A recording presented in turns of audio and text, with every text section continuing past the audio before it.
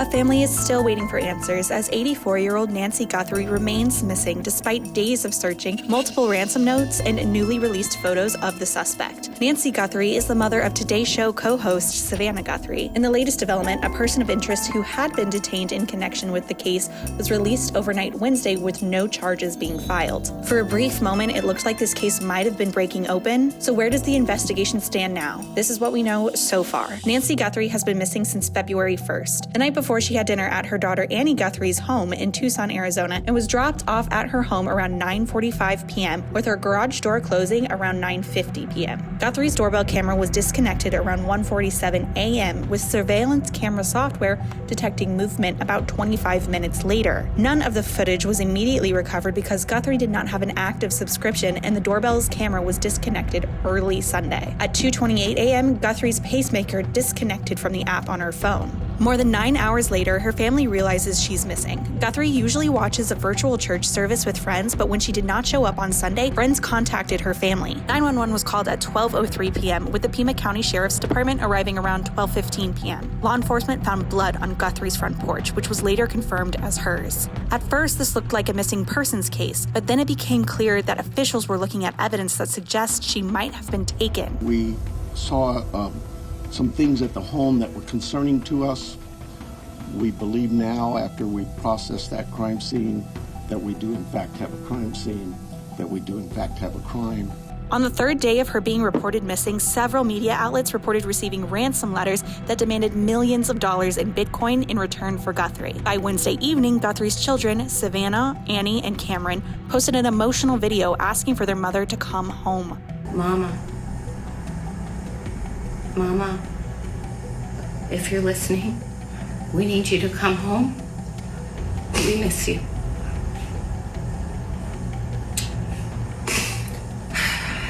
Our mom is our heart and our home. Everyone is looking for you, Mommy, everywhere.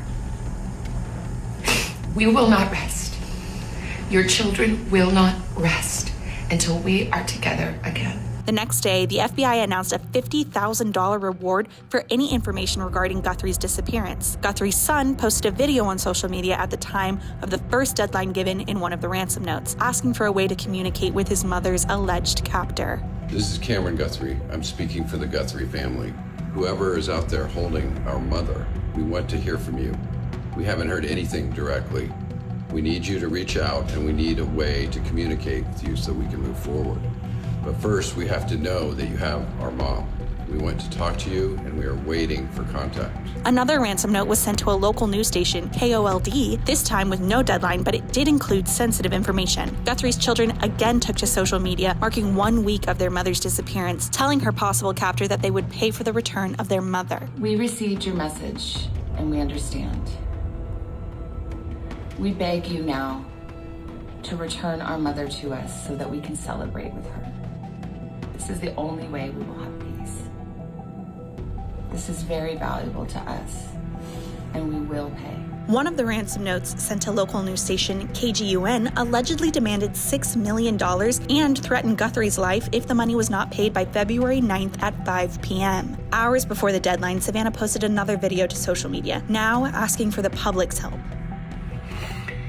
Hi there, everybody. I wanted to come on and just share a few thoughts as we enter into another week of this nightmare. I just want to say, first of all, thank you so much for all of the prayers and the love that we have felt, my sister and brother and I, and that our mom has felt. Because we believe that somehow, some way, she is feeling these prayers and that God is lifting her even in this moment and in this darkest place. We believe our mom is still out there. We need your help. Law enforcement is working tirelessly around the clock trying to bring her home, trying to find her. She was taken and we don't know where. And we need your help.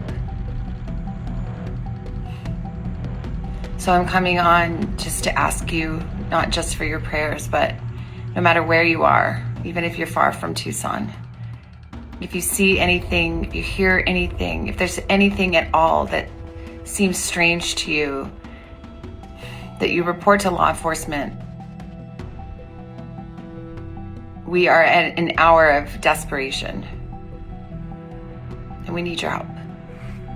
The deadline passed, and it's unclear if the notes were authentic. 10 days after Guthrie went missing, the FBI director, Kash Patel, released new images and videos recovered by the doorbell camera at Guthrie's house. The video and photos show a person wearing a backpack, long sleeves and pants, walking up to the door and attempting to conceal the camera with a glove. This person then turns and grabs some plants and places them in front of the camera. Another video shows the individual walking with their head tilted down when entering the home's archway. Patel said the video was recovered from residual data located in backend systems. They went out and got search warrants. They cooperated with Google. Everybody was working together. They were able to recover some of the information and data that was on the camera.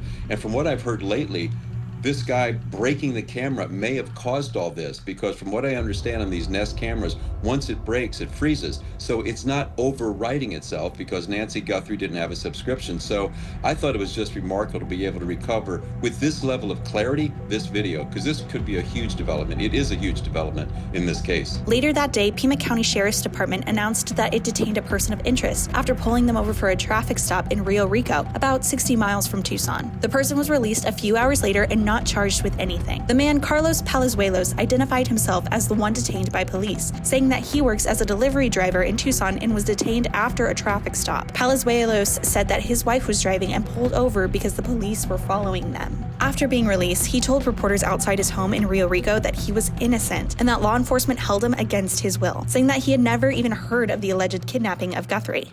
Do you feel you're owed an apology? Yeah, something I didn't do, yeah. Especially the way they acted. I mean, I know it's their job to do what they're doing, but to an innocent man, wow. And they didn't even, I think they don't even have evidence against me, so I don't even know how they got to me.